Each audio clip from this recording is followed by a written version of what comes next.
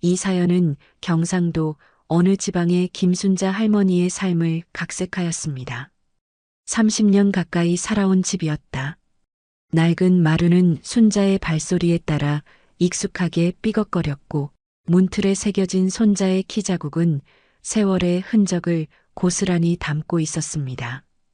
65세의 김순자는 추석을 앞두고 집안 구석구석을 정리하며 아들 민수와 며느리 지영이 올 시간을 계산했습니다. 이제 곧 오겠지. 텅 빈 집에 혼잣말처럼 중얼거리던 순자의 귀에 대문 소리가 들렸습니다.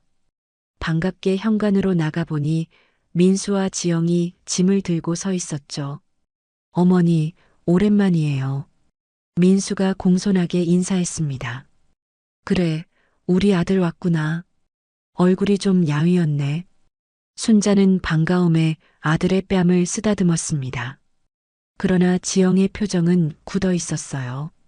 민수의 어깨 너머로 들여다보는 지영의 눈빛에서 불편함이 묻어났습니다. 지영아, 너도 왔구나. 들어와라. 네, 어머님. 메마른 대답과 함께 지영은 짐을 들고 현관을 통과했습니다. 순자는 이미 명절 음식 준비를 마쳐 놓았지만 며느리와 함께 마무리 작업을 하고 싶었습니다. 부엌으로 지영을 불러 설거지를 부탁했죠. 지영아, 이것 좀 도와주련? 순자의 말에 지영은 한숨을 내쉬며 불만스러운 표정을 지었습니다. 어머님, 저희 방금 도착했잖아요. 좀 쉬었다 하면 안 될까요? 순자는 당황했습니다. 명절에 며느리가 집안일을 돕는 건 당연한 일이었는데 지영의 반응은 예상 밖이었어요. 그래, 쉬다가 해도 되지. 겉으로는 이해한다는 듯 말했지만 순자의 마음속에는 불편함이 스며들었습니다.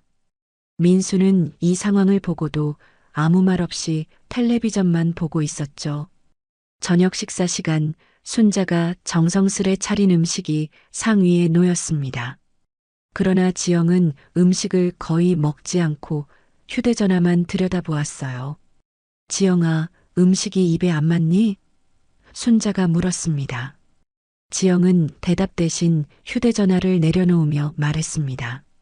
어머님, 요즘은 이런 기름진 음식 많이 안 먹어요. 건강에 안 좋다고 하잖아요.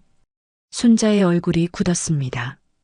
3일 동안 준비한 음식을 단번에 깎아내린 며느리의 말에 가슴이 아팠어요.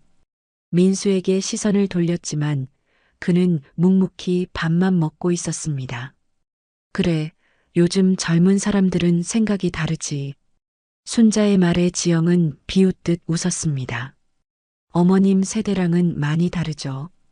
요즘은 집안일도 공평하게 나눠서 하고 시댁이라고 특별히 더 챙기지도 않아요. 민수가 마침내 입을 열었습니다. 여보, 엄마 앞에서 그런 말은 뭐 사실이잖아. 당신도 평소에 그렇게 생각한다면서? 지영의 말에 순자는 충격을 받았습니다.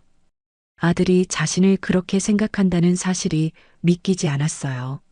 민수는 지영의 눈치를 보며 말을 흐렸습니다. 아니, 그게 엄마, 오해하지 마세요. 지영이가 피곤해서 그래요. 순자는 억지로 미소를 지었지만 속은 무너져 내렸습니다. 자신의 아들이 며느리 앞에서 이렇게 약해지는 모습이 안타까웠어요. 밤이 깊어가면서 갈등은 더욱 고조되었습니다. 지영은 설거지를 돕지 않았고 민수는 어머니와 아내 사이에서 어정쩡한 태도를 보였습니다. 순자는 홀로 부엌에서 설거지를 하며 눈물을 삼켰어요. 내가 뭘 그렇게 잘못했다고. 순자의 마음속에는 서서히 서운함이 자리 잡았습니다. 아들을 위해 모든 것을 희생했지만 돌아오는 것은 냉담한 뿐이었죠. 그날 밤 순자는 잠을 이루지 못했습니다. 명절이라는 가족의 시간이 이렇게 상처로 남을 줄은 몰랐어요. 추석 당일 아침부터 지영은 순자에게 더욱 날카롭게 대했습니다. 차례상을 준비하는 과정에서도 순자의 방식을 비웃었고 전통적인 예절을 무시했어요. 민수는 그저 어머니를 달래기만 할 뿐 지영의 태도에 대해서는 아무런 제지를 하지 않았습니다. 어머님, 이런 형식적인 것들이 무슨 의미가 있어요? 그냥 간단하게 하면 안 돼요? 지영의 말에 순자는 참을 수 없는 분노를 느꼈습니다. 조상에 대한 예의가 형식적이라니 이해할 수 없었어요. 지영아, 우리 집안의 전통이야. 내가 좀 이해해주면 안 되겠니? 전통이요? 그런 걸로 며느리를 괴롭히는 게 전통인가요? 명절이 끝나고 민수와 지영이 떠난 뒤 순자의 집은 다시 정막에 잠겼습니다. 텅 빈 집안을 바라보며 순자는 한숨을 내쉬었어요. 가슴 한구석이 무겁게 내려앉는 기분이었습니다. 추석 내내 지영의 날카로운 말들과 민수의 무기력한 모습이 머릿속을 맴돌았죠. 내가 그렇게 못된 시어머니였나? 순자는 자문자답하며 방 구석에 놓인 옛 사진첩을 꺼냈습니다. 민수가 어릴 적 찍은 사진들을 하나하나 넘기며 지난 날을 회상했어요. 민수의 첫 돌, 초등학교 입학식, 대학 졸업식, 모든 순간에 순자는 늘 아들 곁에 있었습니다. 남편을 일찍 여의고 홀로 아들을 키우며 모든 것을 희생했는데 이제는 아들마저 자신을 외면하는 현실이 가슴 아팠어요. 전화벨 소리가 정막을 깨뜨렸습니다. 발신자 화면에 민수의 이름이 떠올랐지만 실제 통화는 지영이었어요. 어머님 명절 때 민수 옷 좀 챙겨주시지 그랬어요? 스웨터 하나 빼먹고 왔네요. 순자는 아들의 안부도 묻지 않고 옷 이야기부터 꺼내는 며느리에게 서운함을 느꼈습니다. 아, 그랬니? 미안하구나. 다음에 올 때 가져오면 되겠지? 다음에요? 언제 또 그 시골까지 가요? 택배로 보내주세요. 지영의 차가운 목소리에 순자는 가슴이 아팠습니다. 자신의 집을 그 시골이라 부르는 며느리의 말투에서 깊은 무시가 느껴졌어요. 그래, 내가 보내줄게. 전화를 끊은 후 순자는 창밖을 멍하니 바라보았습니다. 마당에 핀 국화꽃이 가을바람에 흔들리고 있었어요. 문득 민수에게 직접 전화를 걸어보고 싶었지만 지영이 받을까봐 망설여졌습니다. 용기를 내어 민수의 휴대전화로 전화를 걸었습니다. 다행히 민수가 직접 받았어요. 아들, 잘 지내니? 네, 엄마. 잘 지내요. 무슨 일 있으세요? 민수의 목소리는 어딘지 경계하는 듯 했습니다. 마치 누군가 옆에서 듣고 있다는 느낌이 들었어요. 아니, 그냥 보고 싶어서. 언제 또 올 거니? 글쎄요. 요즘 회사가 바빠서. 지영이도 일이 많고. 순자는 아들의 변명에 더 이상 묻지 않았습니다. 대신 마음에 쌓인 서운함을 조심스레 꺼냈어요. 민수야, 명절 때 지영이가 좀 예민했던 것 같은데. 내가 뭐 잘못한 거 있니? 잠시 침묵이 흘렀습니다. 그리고 민수의 목소리가 더 작아졌어요. 엄마, 지영이가 요즘 좀 스트레스를 받아서 그래요. 엄마 탓은 아니니까 너무 신경 쓰지 마세요. 하지만 순자는 아들의 말에서 진심을 느낄 수 없었습니다. 대화 내내 민수는 어머니의 감정보다 지영의 입장을 더 걱정하는 듯 했어요. 전화를 끊고 나서 순자는 더 깊은 고독감에 빠졌습니다. 창밖으로 내리기 시작한 가을비가 순자의 마음처럼 쓸쓸했어요. 이렇게 아들과의 거리가 멀어질 줄은 생각도 못했습니다. 다음 날 순자는 평소처럼 동네 시장에 나갔습니다. 오랜 이웃인 정숙이와 마주쳤어요. 순자야, 얼굴이 왜 그렇게 어두워? 무슨 일 있었니? 정숙의 진심 어린 물음에 순자는 참았던 눈물을 쏟아냈습니다. 두 사람은 시장 근처 찻집에 들어가 오랜 시간 이야기를 나눴어요. 순자는 명절 때 있었던 일과 지영의 태도, 민수의 변화에 대해 모두 털어놓았습니다. 요즘 며느리들은 다 그렇다더라. 너무 마음 쓰지 마. 정숙의 위로에도 순자의 마음은 풀리지 않았습니다. 시장에서 장을 본 후 집으로 돌아오는 길 순자는 문득 집 앞에 낯선 차가 서 있는 것을 발견했어요. 가까이 다가가 보니 민수와 지영이 집안을 살펴보고 있었습니다. 아들, 웬일이니? 갑자기 순자의 물음에 민수는 당황한 기색을 감추지 못했습니다. 아, 엄마. 그냥 지나가다가 들렀어요. 그러나 지영의 표정은 달랐습니다. 냉정하게 순자를 바라보며 말했어요. 어머님, 집이 너무 낡았네요. 이런 데서 어떻게 사세요? 혹시 요양원 같은 데 가실 생각은 없으세요? 순자는 며느리의 말에 충격을 받았습니다. 자신의 보금자리를 그렇게 무시하다니 도저히 이해할 수 없었어요. 내가 왜 요양원에 가? 아직 건강하고 이 집이 좋은데. 지영은 민수를 흘끗 보더니 작게 웃었습니다. 그 웃음에 어떤 계산이 숨어 있는 듯 했어요. 어머님 나이에는 혼자 사시는 게 위험하잖아요. 저희가 걱정돼서 그래요. 순자는 지영의 말이 진심이 아님을 직감했습니다. 민수도 어머니의 눈을 피하며 서 있었어요. 갑자기 집안에 무언가를 찾는 듯한 지영의 행동이 이상했습니다. 무슨 서류 같은 거 보관하시는 데 있어요? 집 문서나 통장 같은 거요. 순자의 의심이 커졌습니다. 왜 갑자기 그런 것을 묻는지 이해할 수 없었어요. 그런 건 왜 물어? 그냥요, 어머님이 혹시 아프시면 저희가 도와드려야 할 것 아니에요? 지영의 말투는 달콤했지만 눈빛은 차가웠습니다. 순자는 본능적으로 불안감을 느꼈어요. 민수와 지영이 떠난 후 서랍을 확인해 보니 통장과 집 문서가 있던 자리가 어수선했습니다. 분명 누군가 뒤적인 흔적이 있었어요. 그날 밤 순자는 불안감에 시달렸습니다.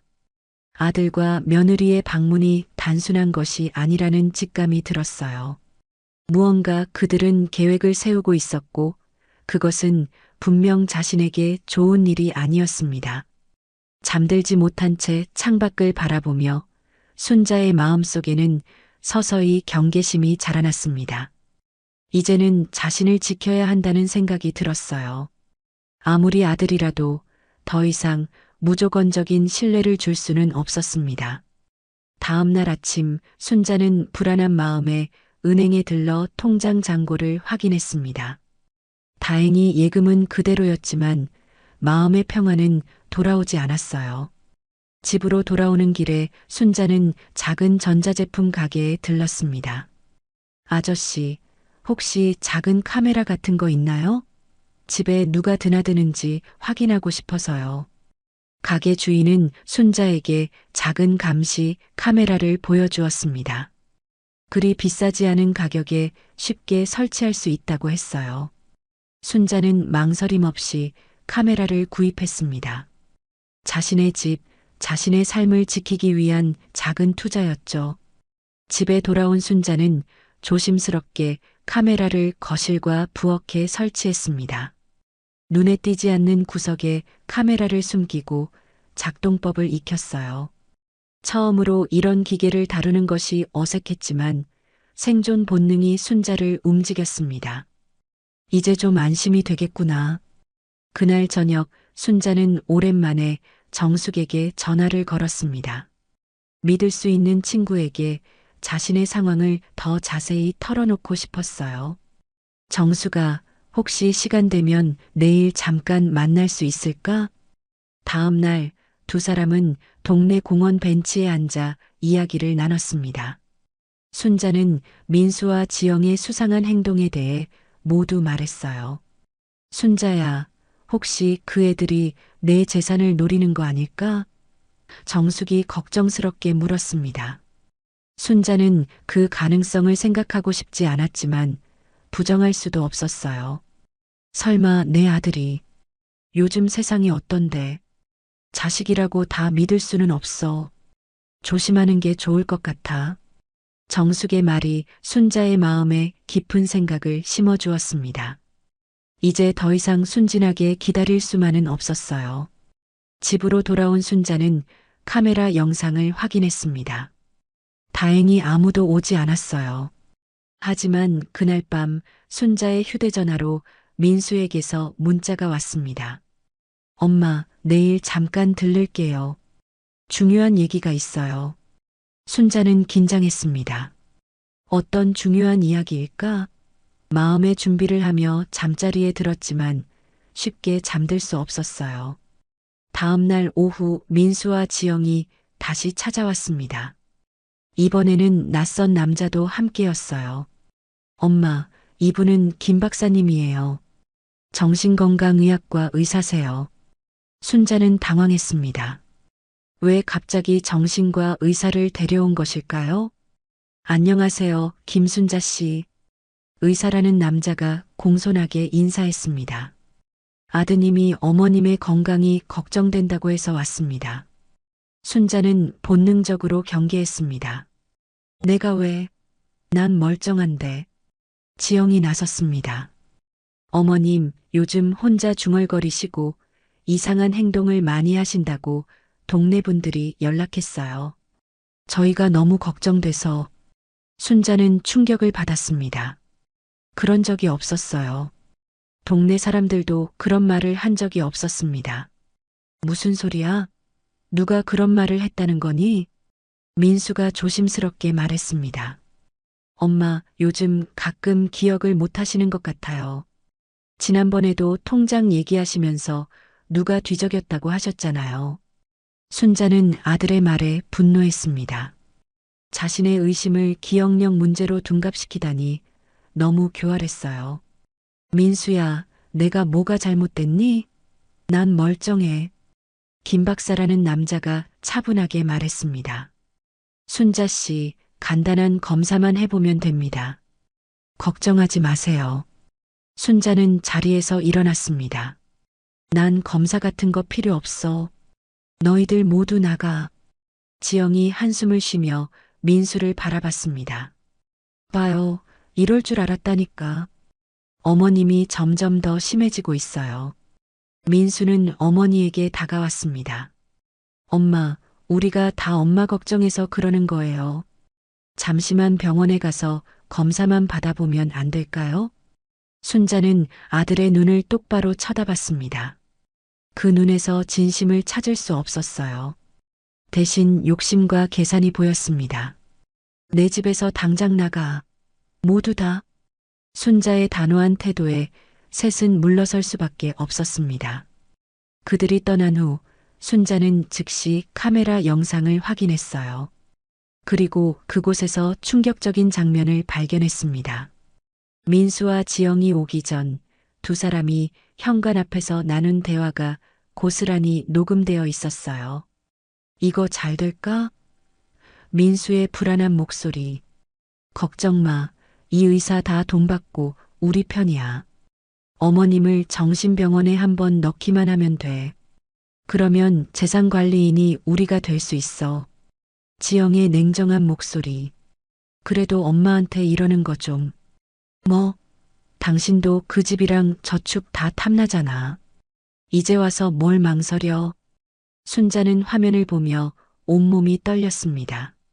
자신의 아들이 자신의 피와 살이 이렇게 자신을 배신한다는 사실이 믿기지 않았어요. 그날 밤 순자는 모든 문을 걸어 잠그고 전화기를 곁에 두었습니다. 언제 다시 그들이 나타날지 모른다는 불안감에 시달렸어요. 자정이 넘어서야 겨우 잠이 들었지만 악몽에 시달렸습니다. 다음 날 아침 순자는 정숙에게 다시 전화했습니다. 모든 상황을 설명하고 도움을 청했어요. 순자야, 당장 변호사를 만나봐. 그리고 경찰에도 신고하는 게 좋을 것 같아. 순자는 망설였습니다.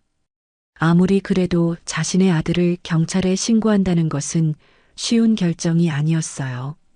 일단 변호사부터 만나볼게. 그날 오후 순자는 동네의 유일한 법률사무소를 찾았습니다. 최 변호사는 순자의 이야기를 진지하게 들었어요. 영상 증거가 있으시다니 다행입니다. 일단 그들이 강제로 무언가를 하려 한다면 즉시 112에 신고하세요. 그리고 재산 보호를 위한 법적 조치를 취해드리겠습니다. 변호사와의 상담을 마치고 나오는 길에 순자는 문득 뒤를 돌아봤습니다. 누군가 자신을 지켜보는 듯한 기분이 들었어요. 멀리서 낯선 차 한 대가 서 있었고 그 안에 누군가 있는 것 같았습니다. 불안한 마음으로 집으로 향하는 순자의 발걸음이 무거웠습니다. 이제 더 이상 안전하지 않다는 생각이 들었어요. 하지만 물러설 수는 없었습니다. 이것은 자신의 삶, 자신의 존엄성을 지키기 위한 싸움이었으니까요. 집에 도착한 순자는 창문을 모두 확인하고 문을 이중으로 잠갔습니다. 그리고 카메라가 제대로 작동하는지 다시 한번 점검했어요. 이제 그녀는 언제 닥칠지 모르는 위험에 대비해야 했습니다. 새벽녘 갑작스러운 소음에 순자는 잠에서 깼습니다. 현관문을 누군가 두드리는 소리였어요. 시계는 새벽 5시를 가리키고 있었습니다. 누구세요? 순자는 문 앞에서 떨리는 목소리로 물었습니다. 김순자 씨 맞으십니까? 저희는 한마음 정신병원에서 나왔습니다. 순자의 심장이 격렬하게 뛰기 시작했습니다. 정신병원? 왜 이런 시간에? 창문 틈으로 밖을 살펴보니 흰 가운을 입은 남자 둘과 민수 그리고 지영이 서 있었어요. 문 열어주세요. 검사를 위해 모시러 왔습니다. 순자는 즉시 뒷걸음질 쳤습니다. 휴대전화를 집어들어 112에 전화를 걸었어요. 경찰서죠? 제 집에 낯선 사람들이 들어오려고 해요. 정신병원에서 왔다는데. 하지만 그때 현관문이 강제로 열리는 소리가 들렸습니다. 순자는 급히 침실로 달려가 문을 잠갔어요. 하지만 얇은 나무 문은 얼마 버티지 못했습니다. 김순자 씨, 진정하세요. 저희는 당신을 도우러 왔습니다. 순자는 침대 밑으로 몸을 숨겼습니다. 공포에 질린 눈으로 방 안으로 들어오는 발을 바라봤어요. 어머님, 왜 이러세요? 다 어머님 건강을 위해서예요. 지영의 목소리는 달콤했지만 눈빛은 차가웠습니다. 민수가 침대 밑을 들여다봤습니다. 엄마 나와요. 잠시 병원에 가서 검사만 받으면 돼요. 순자는 아들의 눈을 똑바로 바라봤습니다. 민수야, 내가 어떻게 이럴 수 있니? 민수의 눈에 잠시 망설임이 스쳐 지나갔지만 이내 굳은 표정으로 바뀌었습니다. 병원 직원들이 다가와 순자를 강제로 끌어냈어요. 내가 왜 병원에 가야 해? 난 멀쩡해. 순자의 외침은 무시되었습니다. 그녀는 완강히 저항했지만 두 남자의 힘을 당해낼 수 없었어요. 그들은 순자의 팔에 주사를 놓았고 곧 의식이 흐려지기 시작했습니다. 흐릿한 의식 속에서 순자는 지영의 말을 들었어요. 이제 다 끝났네. 집문서 어디 있는지 찾아봐야겠어. 세상이 서서히 어둠 속으로 빠져들었습니다. 순자가 다시 눈을 떴을 때 그녀는 하얀 벽으로 둘러싸인 작은 방에 누워 있었습니다. 창문은 철창이 쳐져 있었고 문은 굳게 잠겨 있었어요. 팔에는 주사 자국이 남아 있었고 온몸이 무거웠습니다. 여기가 어디지? 순자는 간신히 몸을 일으켜 주변을 살폈습니다. 방 안에는 단순한 침대와 작은 책상, 화장실이 전부였어요. 문 위의 작은 창을 통해 복도가 보였고 간호사로 보이는 사람들이 분주히 오가는 모습이 보였습니다. 한 간호사가 방 안을 들여다봤습니다. 순자가 깨어난 것을 보고 안으로 들어왔어요. 김순자 씨 깨어나셨군요. 기분은 어떠세요? 순자는 분노와 공포가 뒤섞인 감정으로 물었습니다. 여기가 어디죠? 왜 나를 여기 가뒀어요? 진정하세요. 여기는 한마음 정신병원입니다. 가족분들이 김순자 씨의 건강을 위해 입원시키셨어요. 편집증과 환각 증세가 있다고 하셨거든요. 순자는 말문이 막혔습니다. 자신에게 그런 증상이 있다니 완전한 거짓말이었어요. 그건 거짓말이에요. 내 아들과 며느리가 내 재산을 빼앗으려고 그러는 거예요. 간호사는 동정어린 눈길로 순자를 바라봤습니다. 그런 생각이 드는 것도 병의 일종이에요. 약을 드시면 좋아질 거예요. 순자는 절망감에 눈물이 났습니다. 아무도 자신의 말을 믿어주지 않을 것이란 생각에 가슴이 무너졌어요. 전화 좀 쓸 수 있을까요? 제 친구에게 연락해야 해요. 죄송합니다. 이번 초기에는 외부 연락이 제한됩니다. 의사 선생님이 허락하시면 가능할 거예요. 간호사는 약을 내밀었습니다. 순자는 약을 받아들고 간호사가 나가기를 기다렸어요. 문이 닫히자마자 약을 화장실 변기에 버렸습니다. 의식을 흐리게 하는 약을 먹을 수는 없었어요. 창문으로 바깥을 내다보니 병원은 숲으로 둘러싸인 외딴 곳에 있었습니다. 탈출은 쉽지 않을 것 같았어요. 하지만 순자는 포기할 수 없었습니다. 여기서 나가지 못하면 민수와 지영에게 모든 것을 빼앗길 것이 분명했으니까요. 저녁 식사 시간, 순자는 식당으로 안내되었습니다. 다른 환자들과 함께 앉아 밥을 먹으며 주변을 살폈어요. 대부분의 환자들은 멍한 표정으로 묵묵히 음식을 먹고 있었습니다. 약의 효과였을까요? 옆자리에 앉은 노인이 순자에게 작은 목소리로 말을 걸었습니다. 당신도 억울하게 들어온 거죠? 순자는 깜짝 놀라 노인을 바라봤습니다. 70살 정도로 보이는 그 여자는 또렷한 눈빛을 가지고 있었어요. 네. 어떻게 아셨어요? 눈빛을 보면 알아요. 저도 그랬으니까. 저는 영희라고 해요. 전에 간호사였어요. 순자는 영희에게 자신의 상황을 간략히 설명했습니다. 영희는 깊이 공감하며 고개를 끄덕였어요. 여기선 약을 삼키는 척하고 나중에 뱉어내야 해요. 그들이 당신을 멍하게 만들려고 할 테니까. 순자는 영희에게 감사함을 느꼈습니다. 처음으로 이곳에서 자신의 편이 생긴 기분이었어요. 여기서 어떻게 나갈 수 있을까요? 영희는 주변을 살피며 조용히 말했습니다. 서쪽 병동 비상구는 잠금 장치가 고장났어요. 하지만 나가더라도 어디로 갈 거예요? 가족들이 다시 데려올 텐데. 순자는 정숙을 떠올렸습니다. 제 친구가 있어요. 그녀라면 저를 도와줄 거예요. 둘은 더 자세한 계획을 세우기로 했습니다. 식사가 끝나고 각자 방으로 돌아가면서 영희는 순자에게 마지막 조언을 했어요. 내일 오전에 의사가 면담을 할 거예요. 절대 저항하지 말고 순응하는 척 하세요. 그래야 의심을 피할 수 있어요. 다음 날 아침 예상대로 의사가 순자의 방을 찾아왔습니다. 지난번 집에 왔던 그 김 박사였어요. 김순자 씨, 어제 좀 격양되셨다고 들었습니다. 오늘은 기분이 어떠세요? 순자는 영희의 조언을 떠올리며 침착하게 대답했습니다. 많이 혼란스러웠어요. 하지만 이제 좀 나아진 것 같아요.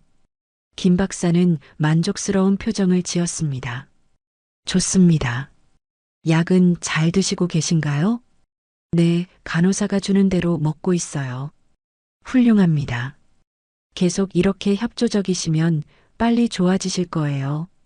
면담이 끝나고 의사가 나간 후 순자는 창문으로 바깥을 바라봤습니다. 어딘가에 자신의 집이 있고 그곳에서 민수와 지영이 자신의 모든 것을 빼앗고 있을 거란 생각에 가슴이 아팠어요. 그날 오후 방문객 시간에 지영이 찾아왔습니다. 순자는 분노를 억누르며 며느리를 맞았어요. 어머님, 좀 어떠세요? 많이 나아 보이네요. 지영의 말투는 공손했지만 눈빛은 승리감으로 가득했습니다. 네, 덕분에요. 순자는 담담하게 대답했습니다. 어머님, 솔직히 말씀드릴게요. 집과 통장은 이제 저희가 관리할 거예요. 어차피 어머님은 여기서 오래 계실 테니까요. 순자는 손을 꽉 쥐었습니다. 지영의 뻔뻔한 말에 분노가 치밀었지만 표정을 감추고 물었어요. 민수는 왜 안 왔니? 아, 남편이요? 바빠서요. 그리고 어머님 보는 게 너무 힘들대요. 지영은 거리낌 없이 모욕적인 말을 내뱉었습니다. 순자는 그 순간 확신했습니다. 절대로 이들에게 용서란 없을 것이라고. 자신이 이곳에서 나가 모든 것을 되찾고 그들에게 마땅한 대가를 치르게 해야 한다고. 어둠이 깊어진 밤, 병원의 복도는 고요했습니다. 간호사들의 발걸음 소리만 가끔 들릴 뿐이었어요.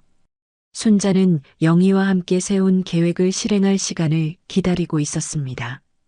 시계는 자정을 가리키고 있었어요. 간호사들이 교대하는 시간, 감시가 가장 느슨해지는 순간이었습니다. 영희가 미리 알려준 대로 순자는 조용히 방문을 열고 복도로 나섰어요. 감시 카메라의 사각지대를 이용해 벽에 바짝 붙어 움직였습니다. 아직 안 주무셨어요? 갑작스러운 목소리에 순자는 심장이 멎는 줄 알았습니다. 뒤를 돌아보니 야간 근무 중인 젊은 간호사가 서 있었어요. 화장실에 좀 가려고요. 간호사는 의심스러운 눈빛으로 순자를 바라봤습니다. 환자실에도 화장실이 있잖아요. 순자는 재빨리 변명했습니다. 제 방 화장실이 고장났어요. 물이 안 내려가서.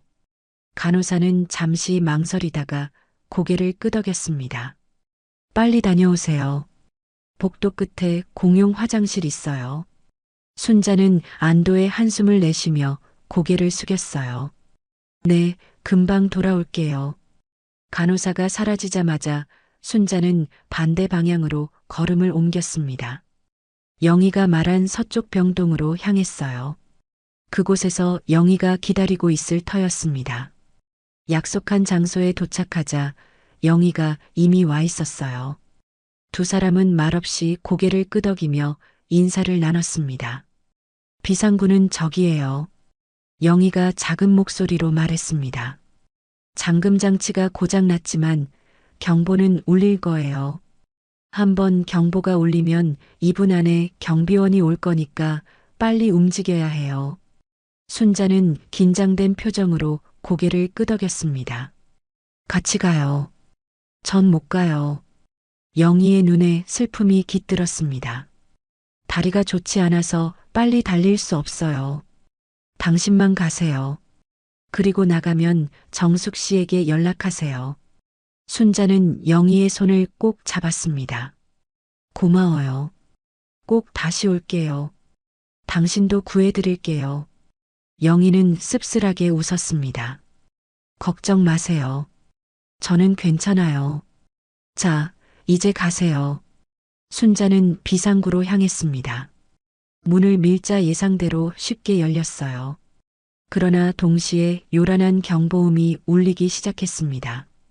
순간적으로 멈칫했지만 곧 정신을 차리고 밖으로 뛰쳐나갔어요. 차가운 밤 공기가 순자의 얼굴을 때렸습니다. 병원 뒤편은 울창한 숲이었어요. 영희의 조언대로 숲으로 달렸습니다. 뒤에서는 호루라기 소리와 사람들의 외침이 들렸어요. 환자가 도망쳤다. 빨리 찾아라. 순자는 숨이 턱에 차오르는 것도 모른 채 필사적으로 달렸습니다. 나뭇가지에 긁히고 돌부리에 걸려 넘어지기도 했지만 멈출 수 없었어요. 이것은 자신의 인생을 되찾기 위한 유일한 기회였으니까요. 어둠 속에서 방향을 가늠하기 어려웠지만 영희가 알려준 대로 북쪽으로 계속 가면 마을이 나온다는 생각에 의지했습니다. 밤하늘의 별을 보며 방향을 유지하려 했어요. 얼마나 달렸을까. 순자의 다리는 천근만근 무거워졌고 숨은 거칠게 터져나왔습니다. 65세의 몸으로 이런 탈출은 너무 힘들었어요. 하지만 멈출 수는 없었습니다. 저기 있다. 멀리서 들려오는 소리에 순자는 공포에 질렸습니다. 손전등 빛이 숲 사이로 비쳐 들어왔어요. 재빨리 큰 나무 뒤로 몸을 숨겼습니다. 심장이 터질 듯이 뛰었어요. 이쪽으로 간 것 같아. 다행히 추격자들은 다른 방향으로 이동했습니다. 순자는 잠시 숨을 고르고 다시 걷기 시작했어요. 이제는 달릴 기력도 없었습니다. 그저 한 발 한 발 앞으로 나아갈 뿐이었어요. 새벽이 밝아올 무렵 순자는 드디어 숲을 벗어나 작은 도로에 도달했습니다. 멀리서 마을의 불빛이 보였어요. 희망이 샘솟았습니다. 간신히 마을에 도착한 순자는 공중전화를 찾아 정숙에게 전화를 걸었습니다. 다행히 정숙은 전화를 받았어요. 여보세요? 정숙아, 나 순자야. 순자? 어디 있어? 다들 널 찾고 있어. 말해줄게. 나를 좀 데리러 와줄래? 순자는 자신의 위치를 설명했고 정숙은 즉시 데리러 오겠다고 약속했습니다. 전화를 끊고 순자는 작은 슈퍼마켓 앞 벤치에 앉아 기다렸어요. 온몸은 상처투성이었고 병원 환자복은 흙과 나뭇잎으로 더럽혀져 있었습니다. 30분 후 정숙의 차가 도착했습니다. 정숙은 순자의 모습에 놀라 달려왔어요. 세상에, 순자야. 무슨 일이 있었던 거야? 순자는 정숙의 품에 안겨 참았던 눈물을 터뜨렸습니다. 모든 것이 너무 끔찍했어요. 자신의 아들에게 배신당하고 강제로 정신병원에 갇히고 목숨을 걸고 탈출하기까지. 정숙의 집으로 돌아와 따뜻한 목욕을 하고 깨끗한 옷을 입은 후 순자는 모든 이야기를 털어놓았습니다. 정숙은 충격과 분노로 얼굴이 굳었어요. 그 망할 녀석들. 어떻게 자기 어머니에게 그럴 수 있지? 경찰에 신고해야 해. 순자는 고개를 저었습니다. 아직은 안 돼. 지금 나타나면 그들이 나를 다시 병원으로 보낼 거야. 법적으로 그들이 내 보호자로 등록되어 있을 테니까. 그럼 어떻게 할 거야? 순자의 눈에 결연한 빛이 어렸습니다. 먼저 증거를 모아야 해. 내 집에 설치해둔 카메라 영상을 확보하고 그들의 범죄를 밝혀낼 거야. 정숙은 순자의 손을 꼭 잡았습니다. 내가 도울게. 넌 여기서 안전하게 있어. 아무도 널 찾지 못할 거야. 다음 날 정숙은 조심스럽게 순자의 집을 방문했습니다. 다행히 민수와 지영은 없었어요. 순자가 알려준 대로 카메라를 찾아 메모리 카드를 빼내왔습니다. 여기 있어. 정숙이 메모리 카드를 건넸습니다. 아무도 없더라. 근데 집이 많이 어질러져 있었어. 순자와 정숙은 노트북으로 영상을 확인했습니다. 그리고 그곳에서 충격적인 장면들을 발견했어요. 민수와 지영이 순자의 재산을 찾아 집안을 뒤지는 모습, 서로 금전적 이득을 나누는 대화, 그리고 가장 충격적인 것은 정신병원 의사와의 음모를 계획하는 장면이었습니다. 이거면 충분해. 순자가 말했습니다. 이제 내 삶을 되찾을 시간이야. 순자는 계획을 세웠습니다. 첫째, 변호사를 만나 법적 대응을 준비하고, 둘째, 정신병원의 불법 행위를 고발하고, 셋째, 민수와 지영의 범죄를 밝혀내는 것이었어요. 정숙의 도움으로 순자는 믿을 만한 변호사를 소개받았습니다. 최 변호사는 영상 증거를 보고 분노했어요. 이건 명백한 범죄입니다. 불법 감금, 사기, 재산권 침해, 모두 중대한 범죄예요. 반드시 법의 심판을 받게 하겠습니다. 순자는 변호사의 말에 안도했지만 한편으로는 복잡한 감정이 교차했습니다. 자신의 아들을 고발한다는 것은 가슴 아픈 일이었으니까요. 하지만 이미 민수는 어머니를 배신했고 지영은 계속해서 악행을 저지르고 있었습니다. 진행해 주세요. 순자는 결연히 말했습니다. 더 이상 그들의 희생양이 되고 싶지 않아요. 변호사가 떠난 후 순자는 창밖을 바라보며 생각에 잠겼습니다. 이제 자신의 삶을 되찾기 위한 싸움이 시작된 것이었습니다. 그리고 이 싸움에서 반드시 이겨야만 했어요. 자신의 존엄과 정의를 위해서 내가 반드시 돌아갈 거야. 순자는 창밖의 저녁 노을을 바라보며 다짐했습니다. 내 집으로, 내 삶으로. 정숙의 집에서 이틀이 지났습니다. 순자는 숙면을 취하며 체력을 회복했고 정신적으로도 안정을 찾아가고 있었어요. 창밖으로 보이는 마을의 평화로운 풍경이 마음을 달래주었습니다. 그날 아침 정숙이 지역 신문을 들고 들어왔어요. 순자야, 이것 좀 봐. 신문에는 작은 기사가 실려 있었습니다. 정신병원에서 노인 환자 탈출, 수색 중이라는 제목이었어요.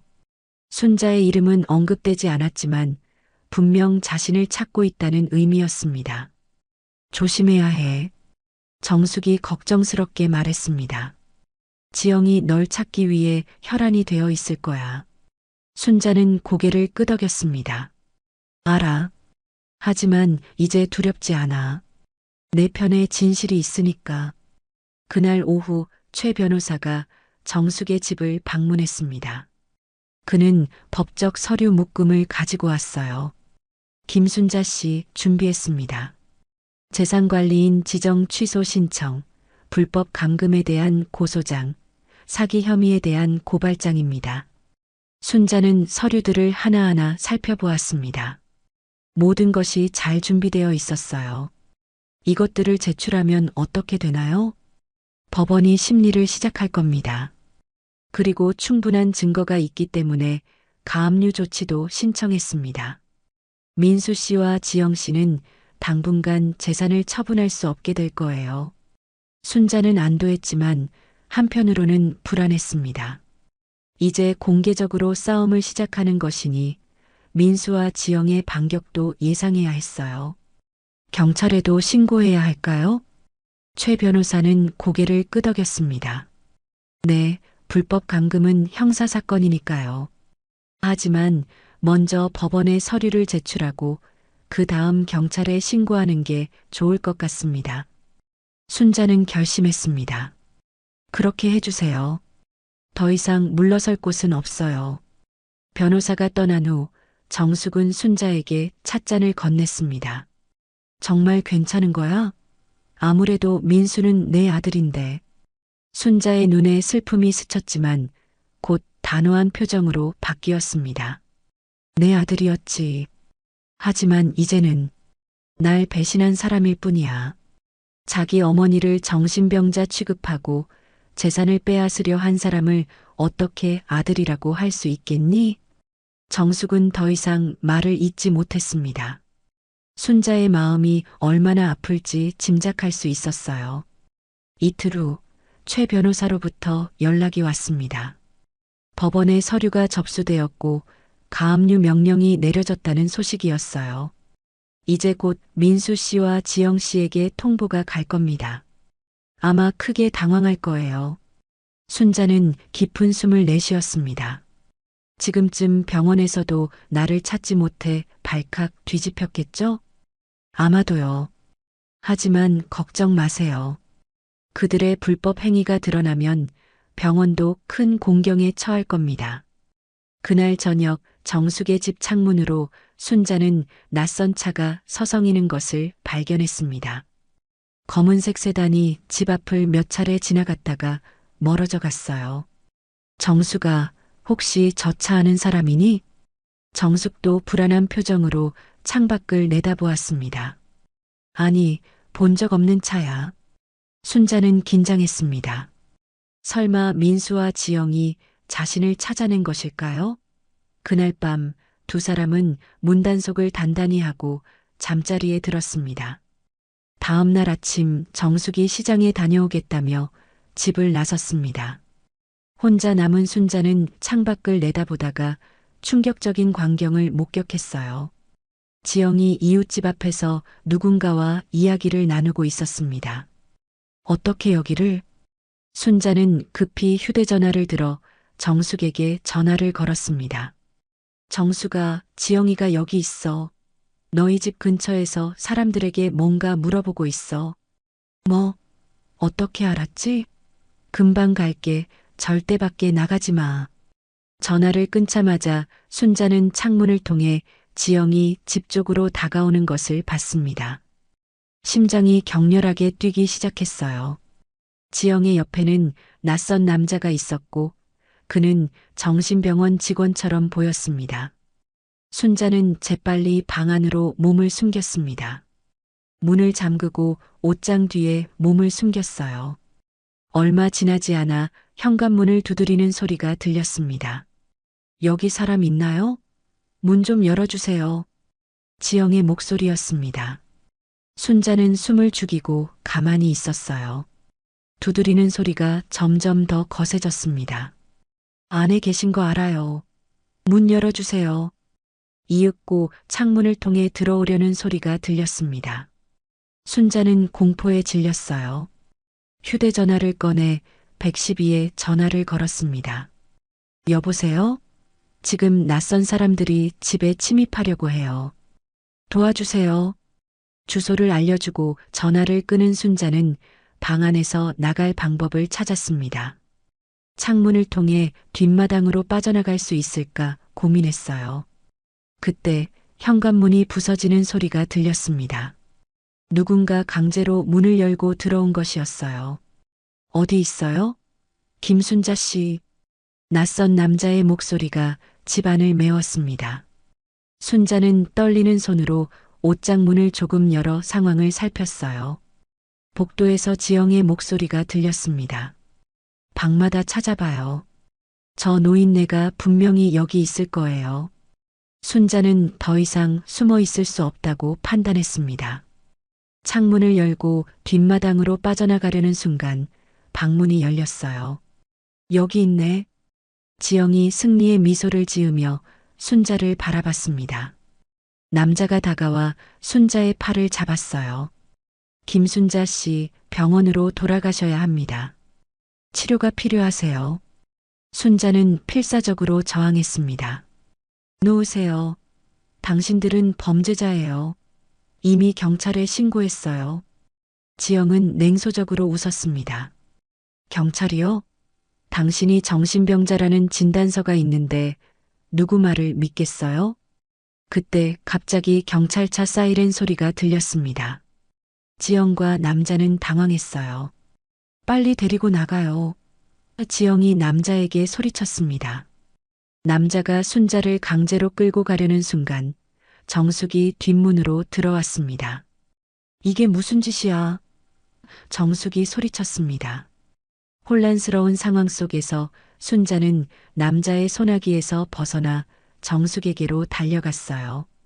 그리고 곧 경찰들이 집 안으로 들어왔습니다. 무슨 일이 있었던 거죠? 경찰관이 물었습니다. 순자는 떨리는 목소리로 상황을 설명했습니다. 지영과 남자는 변명하려 했지만 이미 불법 침입 현장을 경찰에게 목격당한 상태였어요. 두 분 다 경찰서로 가셔야겠습니다. 불법 침입 혐의로 조사를 받으셔야 해요. 지영은 경찰을 향해 고함쳤습니다. 이 사람은 정신병자예요. 우리는 그냥 치료를 위해 데려가려고 한 거라고요. 경찰관은 냉정하게 대답했습니다. 그건 경찰서에서 이야기하시죠. 지금은 따라오세요. 지영과 남자가 경찰에 의해 연행되는 모습을 보며 순자는 비로소 안도했습니다. 그러나 이것은 시작에 불과했어요. 아직 긴 싸움이 남아 있었습니다. 괜찮아? 정숙이 순자의 어깨를 감싸 안았습니다. 순자는 고개를 끄덕였습니다. 응, 이제 괜찮아. 드디어 진실이 드러나기 시작했어. 그날 저녁 최 변호사가 다시 찾아왔습니다. 그는 오늘 있었던 일을 듣고 법적 조치를 더 강화하기로 했어요. 이번 일로 불법 감금 혐의가 더욱 확실해졌습니다. 김순자 씨, 이제 정면으로 맞서 싸울 시간입니다. 순자는 결연한 표정으로 고개를 끄덕였습니다. 네, 이제 물러설 곳은 없어요. 내 인생을 되찾을 때까지 싸울 겁니다. 창밖으로 저물어가는 해를 바라보며 순자는 다시 한번 다짐했습니다. 자신을 배신한 이들에게 정당한 대가를 치르게 할 것이라고, 그리고 자신의 존엄을 되찾을 것이라고. 경찰 조사가 끝난 후 지영은 불법 침입 혐의로 기소되었습니다. 함께 있던 남자는 정신병원 직원으로 환자를 강제로 데려가려 한 혐의도 추가되었어요. 이 사건은 지역사회에 큰 파문을 일으켰습니다. 순자는 정숙의 집에서 계속 지내며 법적 절차를 밟고 있었어요. 최 변호사의 도움으로 재산관리인 지정 취소 신청은 빠르게 진행되었고 불법 감금에 대한 재판도 준비 중이었습니다. 어느 오후 최 변호사가 반가운 소식을 들고 찾아왔어요. 김순자 씨, 좋은 소식입니다. 법원이 재산관리인 지정을 취소했습니다. 이제 민수 씨와 지영 씨는 더 이상 당신의 재산을 건드릴 수 없어요. 순자는 안도의 한숨을 내쉬었습니다. 정말 다행이네요. 이제 제 집으로 돌아갈 수 있는 건가요? 아직은 조금 위험할 수 있습니다. 불법 감금 재판이 끝나고 민수 씨와 지영 씨에 대한 접근 금지 명령이 내려진 후에 돌아가는 게 좋을 것 같아요. 순자는 아쉬웠지만 이해했습니다. 아직 완전한 승리를 거두기에는 이르다는 것을요. 그날 저녁 순자는 정숙과 함께 텔레비전 뉴스를 보고 있었습니다. 그때 지역 뉴스에서 충격적인 소식이 나왔어요. 한마음 정신병원이 불법 입원과 강제 투약 혐의로 경찰 수사를 받고 있습니다. 병원장 김모 씨와 의료진 다수가 조사를 받고 있으며 여러 명의 환자들이 부당하게 감금되었다는 증언이 나오고 있습니다. 순자와 정숙은 놀라움에 말을 잇지 못했습니다. 뉴스는 계속되었어요. 특히 65세 김모 씨는 며느리와 아들에 의해 강제 입원되었다가 탈출한 후 병원의 불법 행위를 고발해 입원 수사에 단초가 되었습니다. 순자는 자신의 이야기가 뉴스에 나온 것에 당황했습니다. 하지만 한편으로는 진실이 밝혀지고 있다는 사실에 안도했어요. 순자야, 내가 해냈구나. 정숙이 기쁨에 찬 목소리로 말했습니다. 아니야, 우리가 함께 해낸 거지. 순자는 정숙의 손을 꼭 잡았습니다. 내가 없었다면 난 여기까지 오지 못했을 거야. 다음 날 아침 순자는 병원에서 함께 탈출을 도왔던 영희가 걱정되었습니다. 최 변호사에게 연락해 영희의 상황을 알아봐 달라고 부탁했어요. 영희 씨는 입원 수사로 인해 다른 환자들과 함께 퇴원 절차를 밟고 있습니다. 걱정 마세요. 순자는 안심했습니다. 영희도 곧 자유를 되찾을 수 있을 거라는 생각에 기뻤어요. 한편 민수는 지영이 경찰에 연행된 후 연락이 두절되었습니다. 순자는 아들이 어떤 생각을 하고 있을지 궁금했어요. 분노, 후회, 아니면 여전히 자신을 원망하고 있을까? 그날 오후 정숙의 집 초인종이 울렸습니다.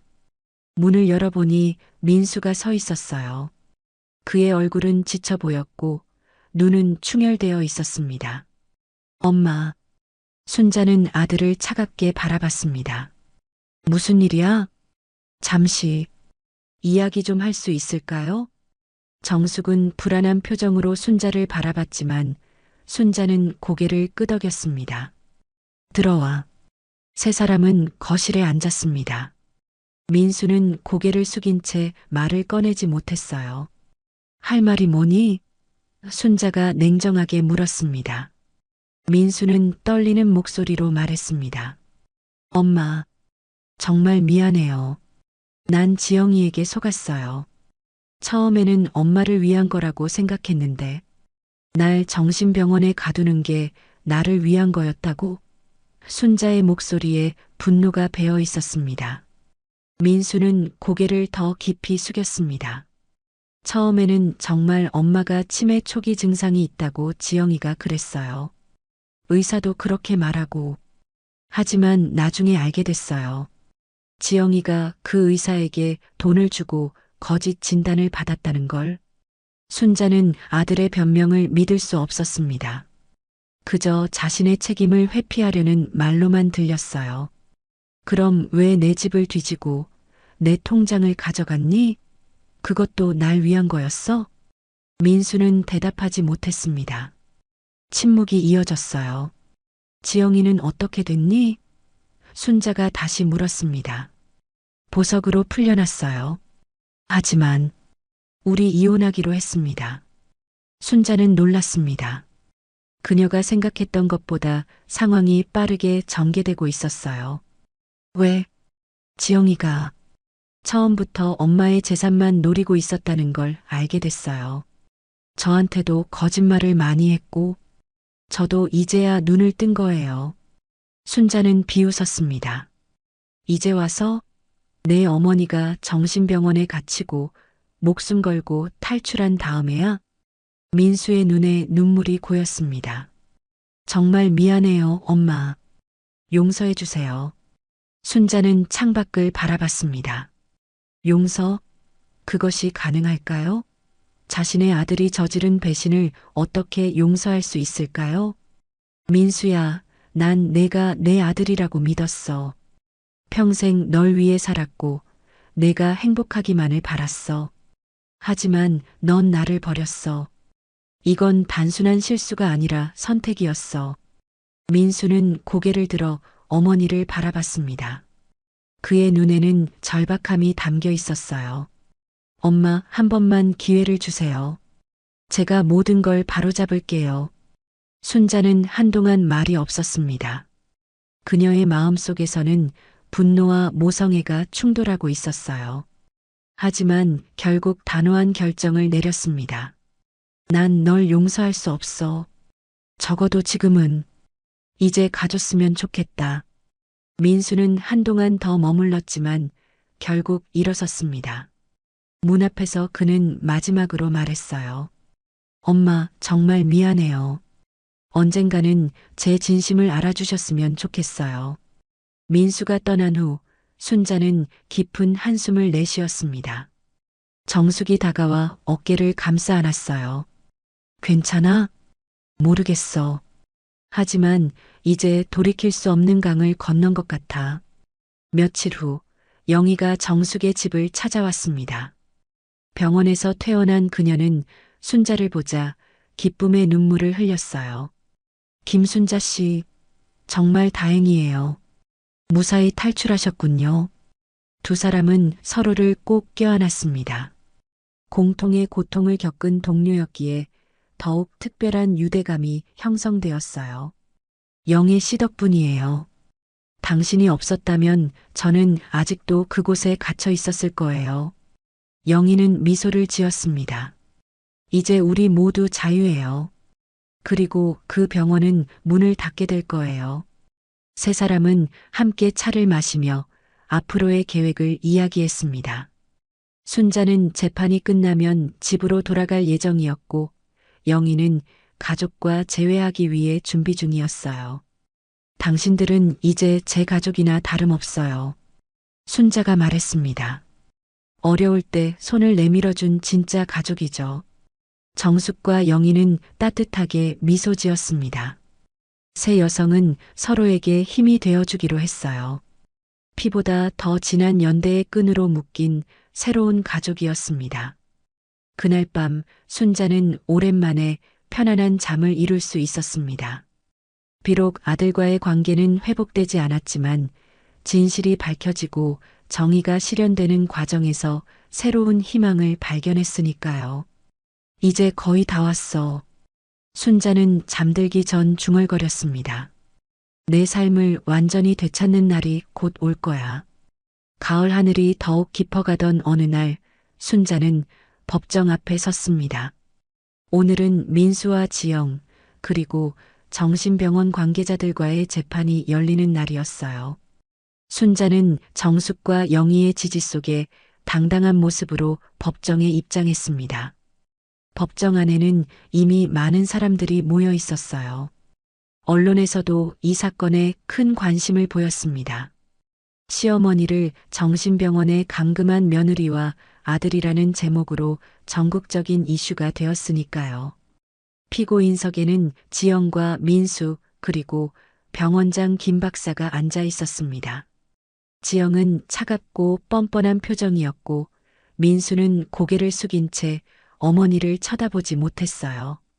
김 박사는 불안한 기색이 역력했습니다. 재판이 시작되었습니다. 검사는 순자가 겪은 일을 상세히 설명했고 증거로 몰래 카메라 영상과 정신병원의 불법 입원 기록을 제시했어요. 피고인들은 재산을 탐내 노모를 강제로 정신병원에 입원시켰습니다. 이는 명백한 불법 감금이자 사기 행위입니다. 최 변호사도 순자를 대신해 강력하게 주장했습니다. 김순자 씨는 어떠한 정신질환도 없었음에도 불구하고 의료진과 가족들의 공모로 부당하게 자유를 빼앗겼습니다. 이는 인간의 기본권을 심각하게 침해한 범죄입니다. 피고인 측 변호사들은 저마다 변명을 늘어놓았습니다. 지영의 변호사는 피고인은 시어머니의 건강을 진심으로 걱정했을 뿐이라며 선의를 강조했고 민수의 변호사는 아내의 말을 믿었을 뿐 범죄 의도는 없었다고 주장했어요. 김 박사의 변호사는 의학적 판단에 따른 조치였다며 책임을 회피했습니다. 이제 순자의 증언 차례가 왔습니다. 그녀는 떨리는 마음을 진정시키며 증인석에 섰어요. 김순자 씨, 당시 상황을 말씀해 주시겠습니까? 판사가 물었습니다. 순자는 깊은 숨을 들이마시고 이야기를 시작했습니다. 명절 때 시작된 갈등부터 집에 설치한 몰래 카메라, 강제 입원, 필사적인 탈출까지 모든 과정을 차분하게 증언했어요. 제가 가장 힘들었던 것은 제 아들이 저를 배신했다는 사실이었습니다. 저는 평생 아들을 위해 살았지만 그는 재산을 위해 저를 정신병자 취급했어요. 순자의 목소리에 슬픔이 묻어났지만 그녀의 눈빛은 단호했습니다. 법정은 숙연한 분위기에 휩싸였어요. 다음으로 영희가 증인으로 나섰습니다. 그녀는 병원 내부의 불법 행위를 상세히 증언했어요. 강제 투약, 부당한 감금, 환자 학대 등 충격적인 실상이 드러났습니다. 많은 환자들이 정당한 이유 없이 입원되어 있었어요. 특히 재산이 있는 노인들이 표적이 되었습니다. 재판은 종일 계속되었습니다.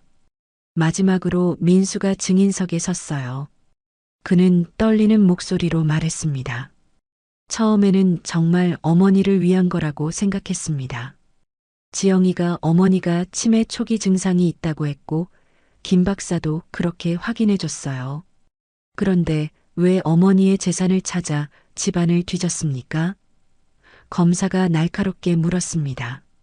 민수는 침묵했다가 겨우 대답했습니다. 지영이가 미리 준비해야 한다고 했어요. 나중에 어머니가 상태가 악화되면 재산 관리가 어려워질 거라고. 그리고 당신은 그것을 의심 없이 따랐다? 검사의 질문에 민수는 고개를 떨구었습니다. 네, 제가 약했습니다. 어머니를 보호했어야 했는데. 지영은 민수의 증언을 듣고 분노했습니다. 당신도 똑같이 원했잖아. 나한테만 책임 떠넘기지 마. 법정은 순간 소란스러워졌고 판사는 진정을 요구했습니다. 지영은 마지막까지 자신의 잘못을 인정하지 않았어요. 오히려 모든 것이 민수의 의견이었다며 책임을 전가했습니다. 재판이 마무리되고 판결이 내려지기까지는 일주일이 걸렸습니다. 그동안 순자는 정숙의 집에서 초조하게 기다렸어요. 마침내 판결의 날이 왔습니다.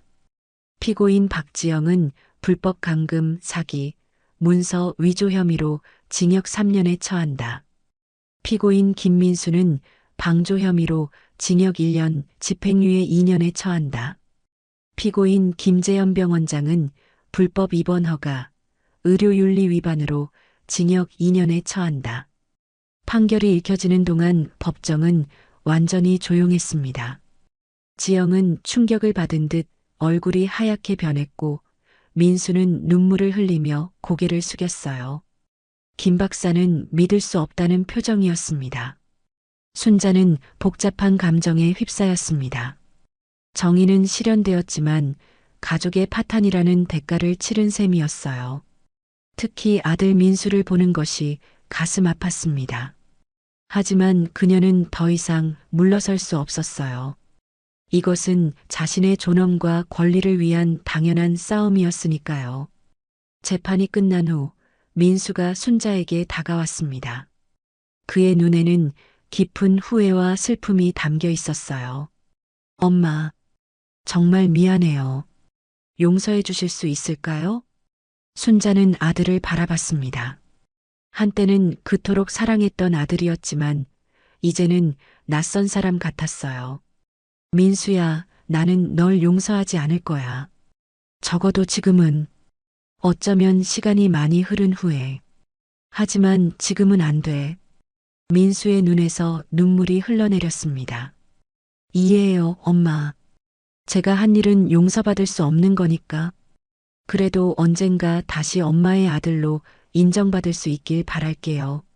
순자는 아무 말도 하지 않고 돌아섰습니다. 그녀의 마음속에는 여전히 깊은 상처가 남아 있었어요. 그 상처가 치유될지 아니면 영원히 남을지는 오직 시간만이 알고 있었습니다. 재판 이후 순자는 마침내 자신의 집으로 돌아갔습니다. 집은 조금 어수선했지만 여전히 그녀의 보금자리였어요. 정숙과 영희는 순자가 집을 정리하는 것을 도왔습니다. 이제 어떻게 할 거야? 정숙이 물었습니다. 순자는 창밖을 바라보며 미소 지었습니다. 새 출발을 할 거야. 이제는 나를 위한 삶을 살 시간이야. 한 달 후 순자의 집에는 특별한 손님들이 모였습니다. 정숙과 영희를 비롯해 그동안 순자를 지지해준 이웃들이 모두 모였어요. 오늘은 추석 명절, 작년에 모든 불행이 시작되었던 그날이었습니다. 올해는 새로운 가족과 함께 명절을 보내게 됐네요. 순자가 말했습니다. 피보다 더 진한 인연이라고 할까요? 모두가 웃으며 건배했습니다. 식탁 위에는 순자가 정성스레 준비한 명절 음식이 가득했어요. 그녀는 이제 자신의 선택에 따라 사람들을 초대하고 자신의 방식대로 명절을 보낼 수 있었습니다. 순자야, 내가 정말 대단해. 정숙이 말했습니다. 많은 사람들이 너에게 용기를 얻었어. 실제로 순자의 이야기는 지역사회를 넘어 전국적으로 알려졌고 비슷한 상황에 처한 노인들에게 희망이 되었습니다. 노인 학대와 재산 갈취에 대한 사회적 경각심도 높아졌어요. 난 그저 내 권리를 지키려 했을 뿐이야. 순자가 겸손하게 말했습니다. 하지만 이 과정에서 진짜 가족이 누구인지 깨달았어. 식사를 마치고 모두가 마당에 모여 보름달을 바라보았습니다. 순자는 문득 민수를 생각했어요. 그는 지금 어디서 무엇을 하고 있을까? 홀로 명절을 보내고 있을까? 잠시 마음이 아팠지만 곧 단호한 표정으로 바뀌었습니다. 용서는 아직 멀었지만 이제 미움도 내려놓으려고 해요. 순자가 조용히 말했습니다. 그게 내 마음의 평화를 위한 일이니까. 영희가 순자의 손을 꼭 잡았습니다. 당신이 내린 결정은 무엇이든 옳아요. 당신의 삶이니까요. 달빛 아래 순자의 얼굴에는 평온함이 깃들었습니다. 그녀는 이제 자신의 삶을 되찾았습니다. 비록 가족의 배신이라는 깊은 상처는 남았지만 새로운 인연들이 그 자리를 채워주고 있었어요. 이제 진짜 내 삶을 시작할 시간이야. 순자는 마음속으로 다짐했습니다. 남은 세월 내가 원하는 대로 내가 사랑하는 사람들과 함께 밤하늘의 보름달이 순자의 결연한 다짐을 지켜보는 듯 했습니다. 이제 그녀의 이야기는 새로운 장을 향해 나아가고 있었어요.